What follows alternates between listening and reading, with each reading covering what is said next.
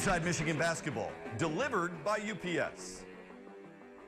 If there has been a proverbial thorn in the side of Michigan head coach John Beilein, it's the Syracuse Orange. From his days at Lemoyne through his days at West Virginia, he had gone 0-9 against Jim Boeheim and Syracuse until the Final Four in 2013, when Michigan solved that tough 2-3 zone and beat the Orange in Atlanta to advance to the national championship game.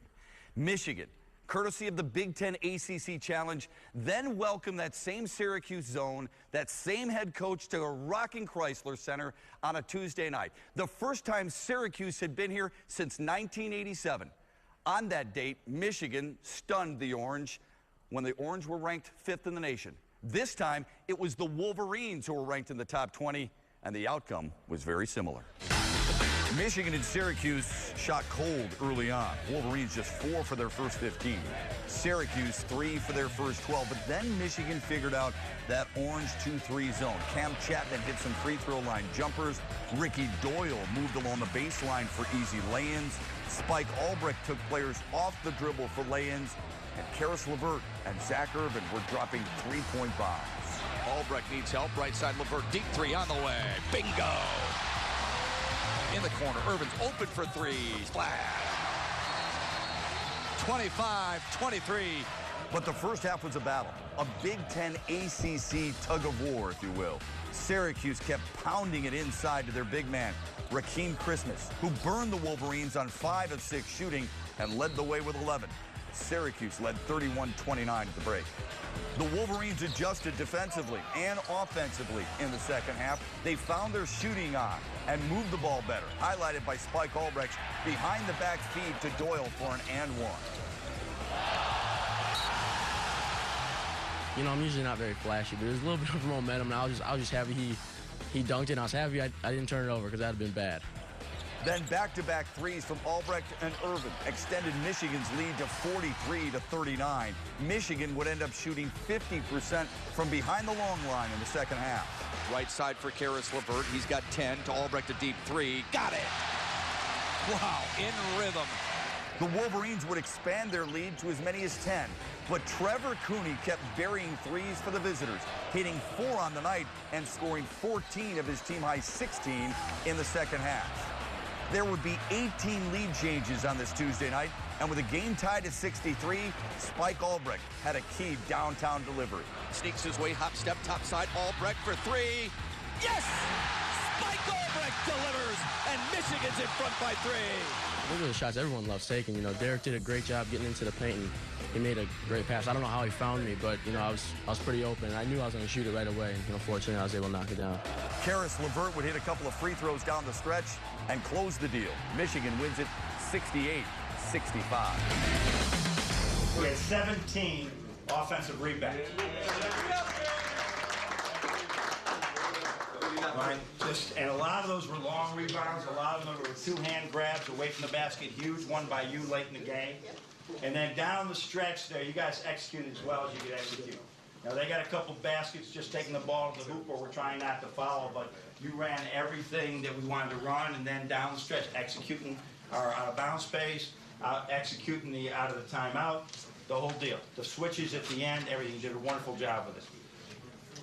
So really good win for all of us, and a good win for the Big Ten now. We're really proud of you right now. Make sure we cherish this win, we take care of our bodies, we make the right decision, and we study like crazy getting ready for exams.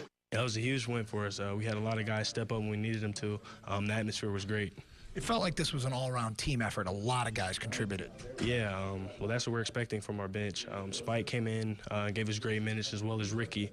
So we're going to need that every night.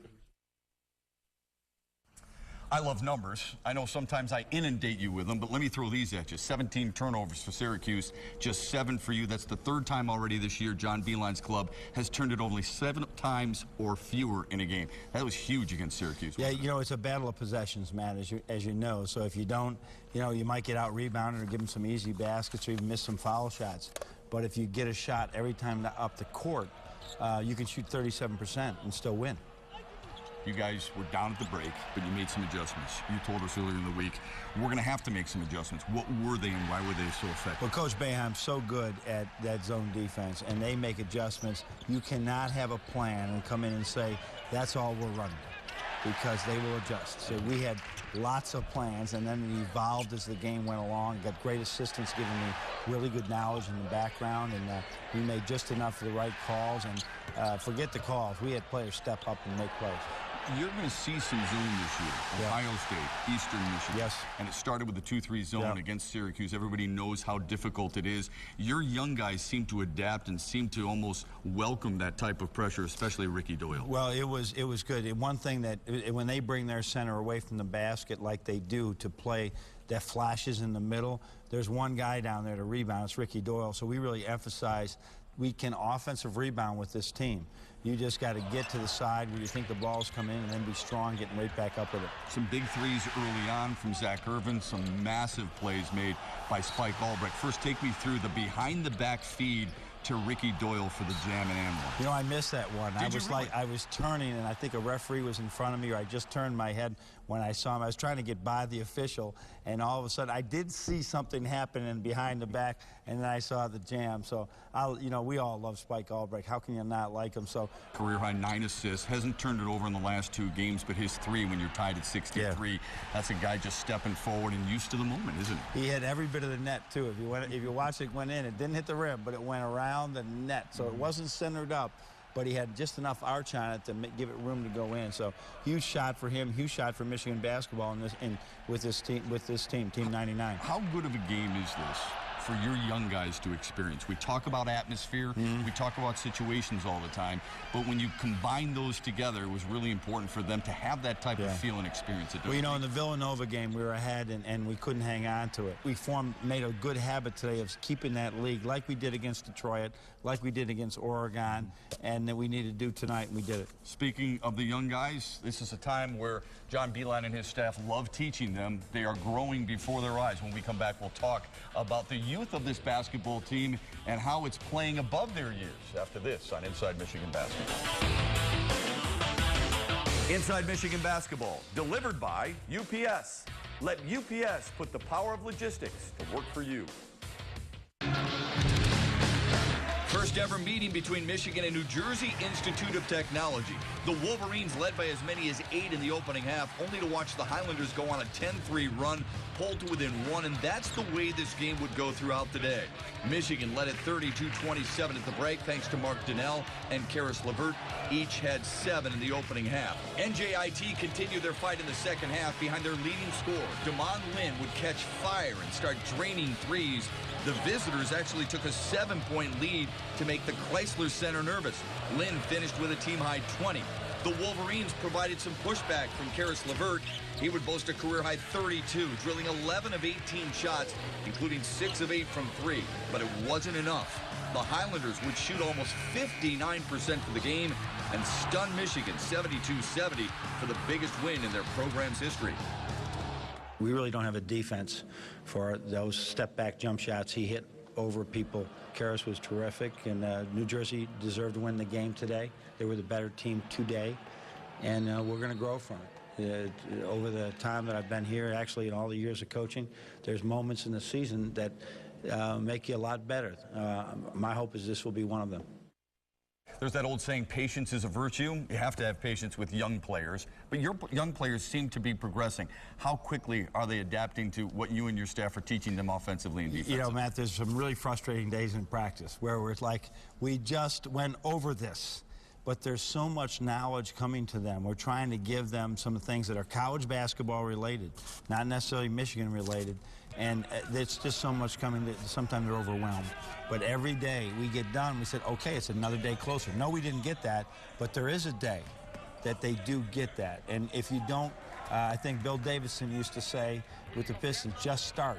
Because once you start, then it keeps coming to them, and it keeps coming to them, and then pretty soon they just get it. So we see some guys getting different parts, long way from getting it all. I don't think anybody ever gets it all, but just gradually we're growing as a team in what it takes to be a Michigan basketball player, what it takes to win at this level. You know what else is good? I don't see them getting frustrated. I see them looking for more knowledge and soaking it up. That's a good sign, isn't it? Well, there's a couple of guys that still, they think they're never going to miss a shot. Right, or if they turn the ball over, they know the coach hates that, and so they take it personally. We got to still grow through that, but for the most part, we don't have a lot of guys carrying backpacks around. Mm-hmm. We say if you played a basketball game with a backpack on with 30 pounds, you wouldn't be a very good player. But if you're carrying that around in your brain, you're not going to be a very good player. So, but that's part of coaching we just have to work on all the time. This class has a lot of different appealing parts to it. We know the story of Austin Hatch. Cameron Chapman's a really athletic kid, and he says to me earlier in the week, I'm starting to get it. It's starting to slow down. Ricky Doyle started as a swimmer and now a basketball player. How much do you enjoy coaching these kids? Well, that's what we mentioned that the other day. In fact, before we went on the court today, that although they sense we get frustrated when a freshman and makes the same mistake over and over again, we just tell them we love coaching you. And that's why we get so passionate about trying to help you to improve, because you have great attitudes. As long as we have these great attitudes and we can keep improving, you know, we could have a pretty good team. Coach, thanks for the time. All right, thank you. Well, the Wolverines have some inexperience in their front court. When we come back, Doug Karsch tells us why that shouldn't be that big of a deal and why these youngsters are more than up for the challenge. Welcome back. You know, Michigan lost a lot of talent a year ago. Nick Stauskas, Mitch McGarry in the first round. Glenn Robinson III was headed to the NBA courtesy of a second-round draft pick. But they also lost two big guys in John Horford and Jordan Morgan. Not just size, not just depth, but leadership. How do you replace that? Doug Karsch explains. For the last 4 years, Michigan basketball could count on Jordan Morgan in the middle. Morgan has moved on, and this year the role of Michigan big falls to a veteran, Max Bielfeldt, a redshirt freshman in Mark Denal, and a true freshman in Ricky Doyle. What do you think you bring to the table? The physicality, you know, inside the paint. I'm working on my defense so I can guard more of the, you know, bigger guys in the Big Ten. And just overall, just, you know, pumping up the team and just score the dump-offs, try to get offensive boards, get rebounds. Just a pinch of enthusiasm? Yeah, a little bit. You know, my role is to go out and play hard, give it all I got for you know, the time that I'm there, and you know, finish around the basket and, you know, communicate defensively and just do my job. Do you feel like the veteran that's bringing along the two young pups? Yeah, I mean, you know, you just, you know, see them start to get on the train of some good habits that we've developed over the past couple of years, and you just try to encourage those and really reinforce them. Morgan contributed in more ways than one, and for those who returned and watched him up close, they learned. He was a hard worker. He was dedicated. You know, he was one of the best guys at, you know, reading the scouting report. He's a really good leader, and defensively, he has a lot of things that he does that made him special on the defensive end. Still a lot of learning to do before the Big Ten season starts in a couple of weeks. For Inside Michigan Basketball, I'm Doug Karsch. Doug, thanks. When we come back, the women's story. Stay with us. Welcome back to Inside Michigan Basketball. Shannon Smith led the Wolverines with 26 points and 10 rebounds as Michigan routed Wake Forest 83-69 December 4th in the Big Ten ACC Challenge at Chrysler Center. Michigan leads the Big Ten in challenge wins and is the only team with 6 all-time victories in 8 games. Wolverines are also unbeaten at home this season with a 4-0 record. Michigan is off to its best start to a season in 3 years under head coach Kim Barnes-Rico. The Wolverines have won 6 of their first 7 games. I really like the way that our team shares the basketball, and I really like how unselfish we are and how we're committed to improving on the defensive end. That's something that we struggled with early, and I think we're getting better and better at, and everybody's buying in to the team. I like the chemistry. I like how everyone gets along. I mean, it's very hard to find a group of girls who get along on and off the court, and then, like I said, it helps us on the court as well. There are just 3 seniors on the roster, guards Shannon Smith and forwards Saisha Gori and Nicole Elmblad. But all 14 players have bought into the fact that Michigan is the hardest working team in America. And we love to put on the show. You know, we're always going to play hard to the end. Whether we're up 20 or down 20, we're going to fight. And I think you kind of get that excitement and see that type of push and get that rush when watching us play, that we're going to fight, whether it's taking charges, diving on loose balls, going for steals, like rebounding. Like, we're all going to fight as one, which makes it exciting to watch us play. When we say we want to be the hardest working team in America, everyone could say that, but what are we going to do to really do that? So we make sure each and every single day in practice that we are doing all the things that we need to do, such as rebound, such as dive on the floor for loose balls, such as take charges, and we reward that because that is so important to who we are and what we stand for. And what better way to stay focused on the goal than to see the energy that the head coach brings to every single thing she does to prepare her Wolverines. We have all these phrases that we use, and tired is a state of mind. There is no such thing as tired. And if you're not feeling it today, act your way into feeling. And, you know, I have to sometimes say that to myself before I step on the practice court, but that's my responsibility as the head coach of this program, is to make sure that I bring that energy and that enthusiasm and that passion every day. Because if I want our team to be the hardest working team in America, they need to see it from the top down. So I think our staff completely takes pride in that. And that's our responsibility. And if we want to hold our kids to that high standard, we have to do it every day. Michigan hosts Princeton on Tuesday night at Chrysler Center before heading to top-ranked Notre Dame on Saturday. Of course, we'll have those highlights next week right here on Inside Michigan Basketball. At Chrysler Center, I'm Sarah Van Meter. All right, Sarah, thanks. Stick around. When we come back, Michigan welcomes home a Wolverine legend. Inside Michigan Basketball, delivered by UPS, is brought to you in part by Absol Pure Water, the official bottled water of the Michigan Wolverines. At halftime of the Michigan-Detroit contest November 20th, former All-American Campy Russell was honored as a legend of the game. I was humbled by the fact that I would be included as a part of the history of Michigan and to be a part of some of the great players that have come through here. Chrysler Center may look and feel different to Russell, but the memories of the time he spent here remain. The most fondest memory I have is my relationship with the teammates that I have, that I played with. You know, whether you're talking about Wayman Britt or C.J. Peck or Joe Johnson or Bill Ayler, it was the relationship that we had at the school and we have to this day, you know, some 40 years ago. John Beilein has referred to Russell's career as one of the all-time best.